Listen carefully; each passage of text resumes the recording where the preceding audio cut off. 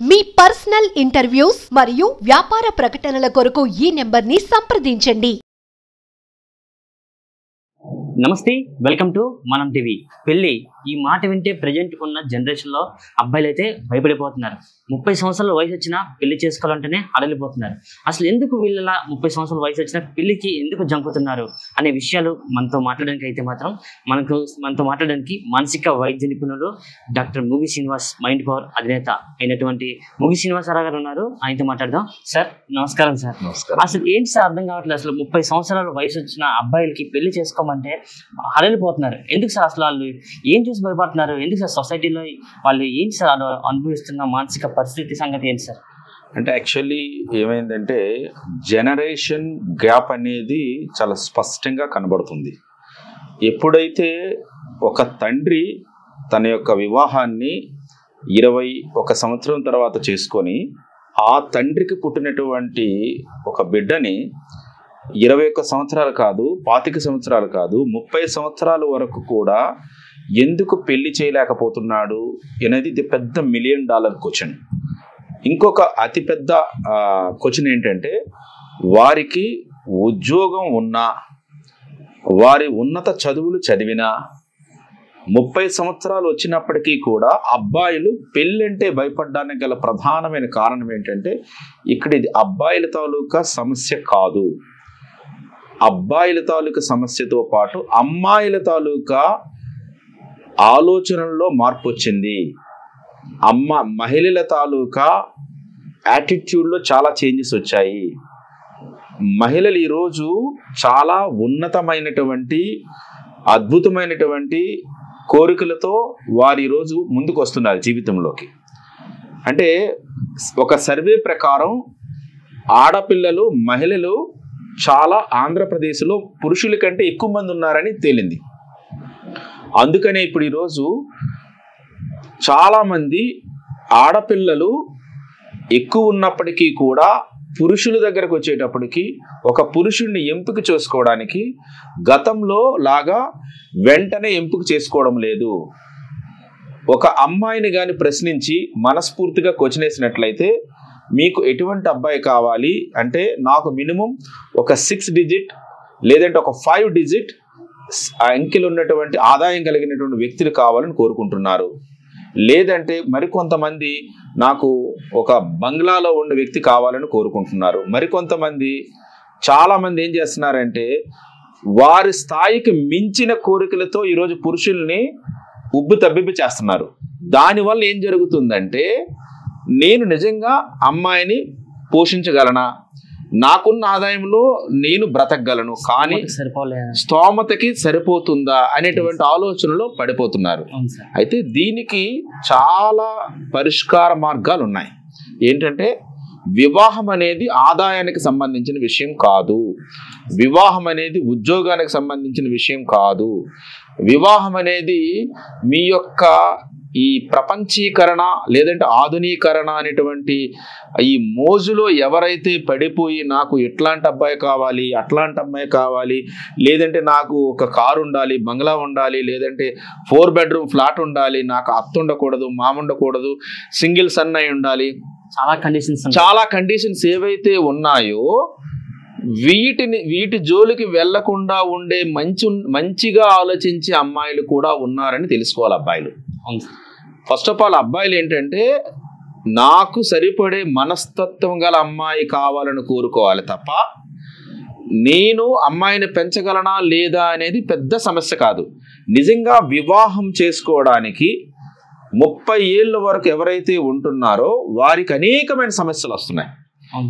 వారు పెళ్లి చేసుకోవడానికి 30 ఏళ్ళు పెడితే వారు దాంపత్య జీవితం ఎప్పుడు చేస్తారు, పిల్లల్ని ఎప్పుడు కంటారు, ఆ పిల్లల్ని ఇంకా ఎప్పుడు పెంచుతారు, ఆ పిల్లల్ని ఎప్పుడు ప్రయోజకులు చేస్తారు అనేది చాలా పెద్ద క్వశ్చన్.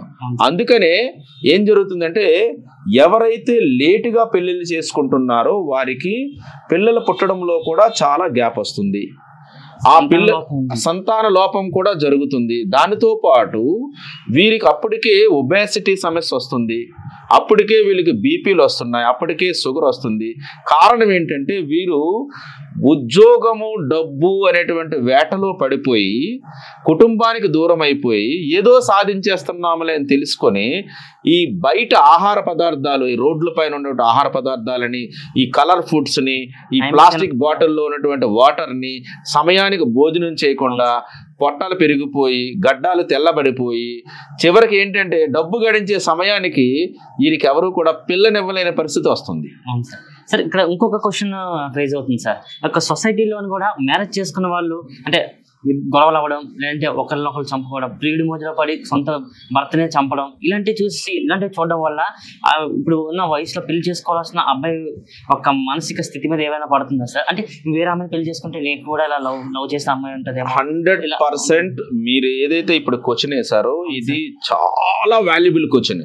ఎందుకంటే 30 సంవత్సరాల వరకు ఒక అమ్మాయి కానీ ఒక అబ్బాయి కానీ పెళ్లి చేసుకోకపోవడం వల్ల ఏం జరుగుతుందంటే వీరికి ఉన్నటువంటి తాత్కాలికమైనటువంటి కోరికలని కొన్ని సందర్భాల్లో వీరు నెరవేర్చుకోవడం వలన, లేదంటే వీరు కళ్ళ ముందే కొన్ని సంఘటనలు జరగడం వలన నాకు కూడా ఇలాంటి సంఘటనలు జరుగుతాయేమో, నాకు కూడా ఎట్లాంటి భర్త వస్తాడేమో, నాకు కూడా ఇలాంటి భార్య వస్తుందేమో అనేటువంటి అనుమానంతో ఉంటారు. సొసైటీలు ఇవన్నీ చూస్తున్నారు. అంటే నేనేమంటానంటే ఒక షాపింగ్ మాల్కి వెళ్ళేటప్పుడు చాలా వస్తువులు కనబడతాయి. అవును సార్. అయితే మనకేది కావాలో దాన్ని ఎంపిక చేసుకునేవాడే నిజమైనటువంటి ఆర్థిక క్రమశిక్షణ కలిగిన వ్యక్తిని అర్థం. అలానే ఒక అబ్బాయి కానీ ఒక అమ్మాయి కానీ సొసైటీలో జరుగుతున్నటువంటి నెగిటివ్ సంఘటనల్ని, పాజిటివ్ సంఘటనల్ని, లేదంటే అవాంఛనీయ సంఘటనల్ని, క్రూరమైన సంఘటనల్ని వీటన్నిటినీ చూసుకొని వీళ్ళ జీవితంలో జరుగుతాయని భయపడాల్సిన అవసరం ఏమీ లేదు. ఎందుకు లేదంటే మన పెద్దలు ఒక మాట చెప్పారు, ఏంటంటే మనం వివాహం చేసుకునేటప్పుడు అటు 7 తరాలు చూడాలి, ఇటు 7 తరాలు చూడాలి. అది ఇప్పుడు సైన్స్లో కూడా చెప్తున్నారు. ఏంటంటే ముందు మీ తరంలో ఏమైనా జబ్బులు ఉన్నాయా, ముందు తరంలో విడాకుల పర్సంటేజ్ ఏమైనా ఉందా, ముందు తరంలో ఏవైనా ఆత్మహత్యలు చేసుకునే వాళ్ళు ఉన్నారా, మీ ముందు తరంలో ఏవైనా పిల్లలు పుట్టకపోయిన సందర్భాలు ఉన్నాయా, వీటన్నిటినీ కూడా ఏంటంటే సుప్రీంకోర్టు కూడా ఏం చేసిందంటే ప్రీ మ్యారిటల్ కౌన్సిలింగ్ అని మాలాంటి మానసిక నిపుణుల వద్దకు రమ్మని చట్టం చేసింది. వివాహం చేసుకునేటప్పుడు ఏం చేయాలంటే అది 30 ఏళ్ళు అయినప్పటికీ, 20 ఏళ్ళు అయినప్పటికీ, లేదు 40 ఏళ్ళు అయినప్పటికీ కూడా వివాహ వ్యవస్థకు కావలసినటువంటి ప్రాథమిక సూత్రాలు ఏంటంటే ముందు మనసులు కలవాలి, తర్వాత మనుషులు కలవాలి, తర్వాతే ఆర్థిక బంధాలు, తర్వాతే కుటుంబాలు. ఇద్దరు వ్యక్తులు అంటే మేమేం చేస్తామంటే మా దగ్గరికి ఎవరైనా ఒక వివాహం చేసుకోవడానికి ఒక ఇద్దరు యువకులు వచ్చినట్లయితే ఒక్కొక్కరికి ఇండివిజువల్గా కౌన్సిలింగ్ చేస్తాం. ఆ కౌన్సిలింగ్ చేసేటప్పుడు ఆ అమ్మాయి తాలూకా ఇంటెలిజెన్స్ ఎంత ఉందనేది చూడమండి, ఆ అమ్మాయి తాలూకా యాటిట్యూడ్ ఎలా ఉందో చూస్తాం, ఆ అమ్మాయి తాలూకా అవసరాలు ఏంటో చూస్తాం, ఆ కుటుంబ నేపథ్యంలో వాళ్ళ తాలూకా తల్లి ఇన్ఫ్లుయెన్స్ ఎంత ఉందో చూస్తాం, తండ్రి ఇన్ఫ్లుయెన్స్ ఎంత ఉందో చూస్తాం, వారి అక్క చెల్లెళ్ళలో వివాహాలు ఏవైనా గొడవలు ఉన్నాయా, విడాకుల పర్సంటేజ్ ఉందో లేదో చూస్తాం. అలానే ఈ అబ్బాయి తాలూకు గుణగణాలు ఏంటి, అలవాట్లు ఏంటి, లేదంటే ఏమైనా మాదక ద్రవ్యాలు స్వీకరిస్తున్నాడా, లేదంటే అతి కోపంగా ఉంటాడా, చిరాకుగా ఉంటాడా, అడ్జస్ట్మెంట్ స్కిల్స్ ఉన్నాయా లేదా అని మేము చూస్తాం. ఎవరైతే అడ్జస్ట్మెంట్ స్కిల్స్తో ఉంటారో, ఎవరైతే సర్దుకుపోయే మనస్తత్వంలో పెరుగుతారో వారికి అటువంటి సంబంధాలు చూసినట్లయితే వారు కలుస్తారు తప్ప కేవలం ఎత్తు బాగుంది, రంగు బాగుంది, రుచి బాగుంది, లేదంటే ఆదాయం బాగుంది, ఆ కులం మాకు క్యాస్ట్ సరిపోయింది, లేదంటే మాకు ఫైనాన్షియల్ స్టేటస్ సరిపోయింది అంటే ఇవన్నీ సరిపోతాయి. కానీ జీవితంలో ఎదగాల్సినటువంటి మార్పులు ఏంటంటే వీరు ఒకరినొకరు అర్థం చేసుకొని సమస్యలు వచ్చేటప్పుడు కలిసి ఉండే మనస్తత్వం, ఆర్థిక సమస్యలు వచ్చేటప్పుడు అర్థం చేసుకునే మనస్తత్వం, ఏదైనా జరగరాని సంఘటనలు జరిగితే ఒకరిని ఒకరు భరించే మనస్తత్వం గల వ్యక్తిత్వం ఉంటేనే వీరికి కలపాలి. అయితే వీటికి ఏం చేయాలంటే ఈ 30 ఏళ్ళు వచ్చే వాళ్ళకి ఖచ్చితంగా కొంత అనుభవం ఉంటుంది. అటు అమ్మాయికి ఉంటుంది, ఇటు అబ్బాయికి ఉంటుంది. కానీ ఈ అనుభవంలో పనికొచ్చే విషయాలన్నీ, పనికిమాలిన విషయాలన్నీ తెలుసుకోవాలి. ఎవరైతే తల్లిదండ్రులు ఉంటారో వాళ్ళకి ఓపెన్గా కూర్చొని మాట్లాడాలి. నువ్వు ఒక కొత్త అమ్మాయిని ఇప్పుడు నీ జీవితంలోకి తీసుకొస్తున్నావు నాన్న, ఆ అమ్మాయికి నీ చెల్లిలా చూసుకోవాలి, ఓ తల్లిలా చూసుకోవాలి, మన ఇంటి ఆడబిడ్డలా చూసుకోవాలి, కోపాన్ని తగ్గించుకోవాలి, ఆ అమ్మాయికి కొంత సమయం కేటాయించాలి. అలానే ఆ అమ్మాయికి కూడా నేర్పించాలి. ఎట్లా నేర్పించాలంటే అమ్మ మీరు ఒక కొత్త ఇంట్లోకి వెళ్తున్నారు, అక్కడ నీకు అర్థం చేసుకునే మనుషులు ఉండకపోవచ్చు. ఎందుకంటే ఇప్పటి వరకు నీవు ఎదిగే వాతావరణం వేరు, అక్కడ ఉన్న వాతావరణం వేరు. కొన్ని సందర్భాల్లో మీ ఆహారపు అలవాట్లు వేరుగా ఉంటాయి, మీ అభిరుచులు వేరుగా ఉంటాయి, ఆదాయ మార్గాలు వేరుగా ఉంటాయి. అయినప్పటికీ కూడా కొన్నాళ్ళు మీరు అబ్జర్వ్ చేసి అర్థం చేసుకొని వాటిని అలవర్చుకొని మీరు సర్దుకుపోతే మీ దాంపత్య జీవితం బాగుంటుందని తెలియజేయాలి.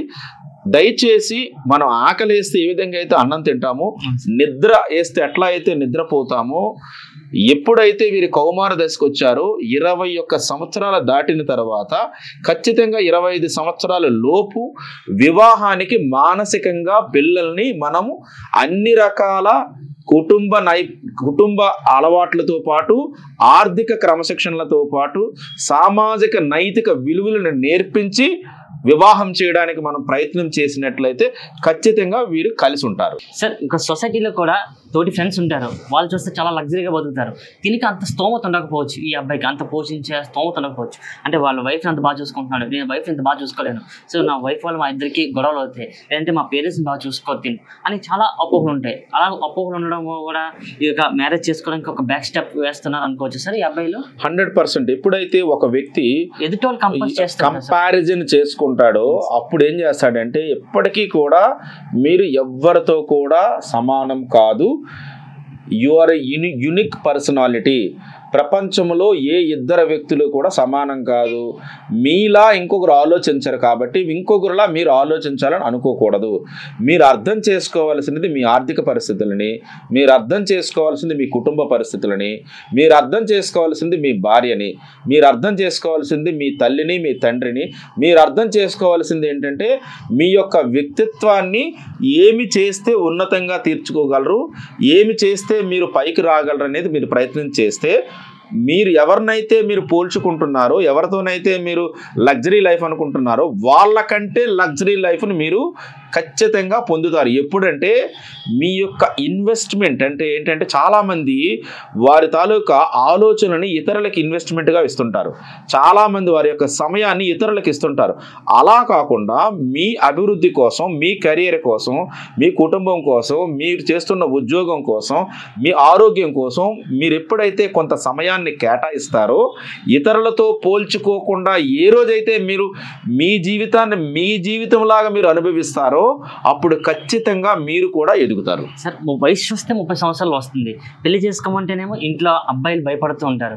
వాళ్ళంటి పేరెంట్స్ ఇలాంటి మానసిక నిపుణుల దగ్గర తీసుకొస్తే మీరు ఇచ్చే ట్రీట్మెంట్కి వాళ్ళకి ఏమైనా కొంచెం బ్రెయిన్ సెట్ అయ్యి కొంచెం వాళ్ళే మారే అవకాశం ఉన్నాయి. 100% ఎవరైతే ఇట్లాంటి సమస్యలతో ఉన్నారో వారు దగ్గరలో ఉన్నటువంటి మానసిక నిపుణుల వద్దకు వచ్చినట్లయితే ఎటువంటి మందులు లేకుండా వాళ్ళకి జీవిత నైపుణ్య శిక్షణ కార్యక్రమాలను మేము నిర్వహిస్తుంటాము. కొన్ని గంటల సేపు, కొంతమందికి 2 గంటలు, కొంతమందికి 3 గంటలు, కొంతమంది 4 గంటలు, అంటే కొన్ని సిట్టింగ్స్, కొన్ని సెషన్స్ ఇస్తుంటాము.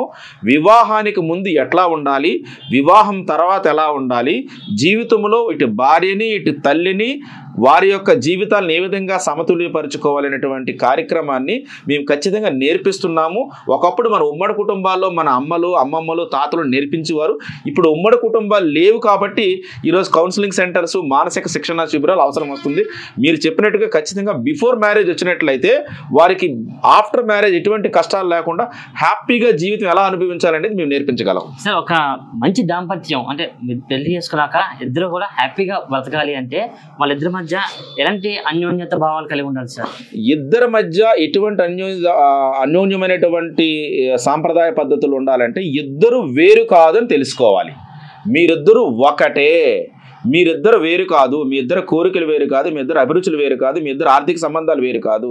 మీరు ఆర్థికంగాను, మానసికంగాను, శారీరకంగాను, కుటుంబ పరకంగాను, సామాజికంగాను మీరు ఒక్కటే ఒకరినొకరు అర్థం చేసుకోవడం మొదలు పెడితే మీ దాంపత్య జీవితం సూపర్గా ఉంటుంది. Thank you sir. ఇప్పటి వరకు మాకు చాలా ఈ డౌట్స్కి మీరు క్లారిఫై చేశారు. మరి ఒక లాస్ట్ డౌట్ సార్, అసలు అబ్బాయికి ఏ ఏజ్కి వచ్చినా పెళ్లి చేయాలి, అమ్మాయికి ఏ ఏజ్ వచ్చాక పెళ్లి చేస్తే ఇద్దరి మధ్య ఒక అండర్స్టాండింగ్ అనేది బాండింగ్ ఉంటుంది? మళ్ళీ ఇంకొకటి ఏంటంటే ఇద్దరి మధ్య ఎంత వయసు గ్యాప్ ఉండాలి సార్? సామాజిక ధర్మం ప్రకారం 21 సంవత్సరాలు, 25 సంవత్సరాలు అనేది ఒక ఎంపిక. ఇది ఖచ్చితంగా మానసిక శాస్త్రంగా లేదు, శారీరక ధర్మశాస్త్ర ప్రకారం ఖచ్చితంగా అమ్మాయికి 21 నుంచి 22, 23, 24, 25 సంవత్సరాల లోపు వివాహం జరగాలి.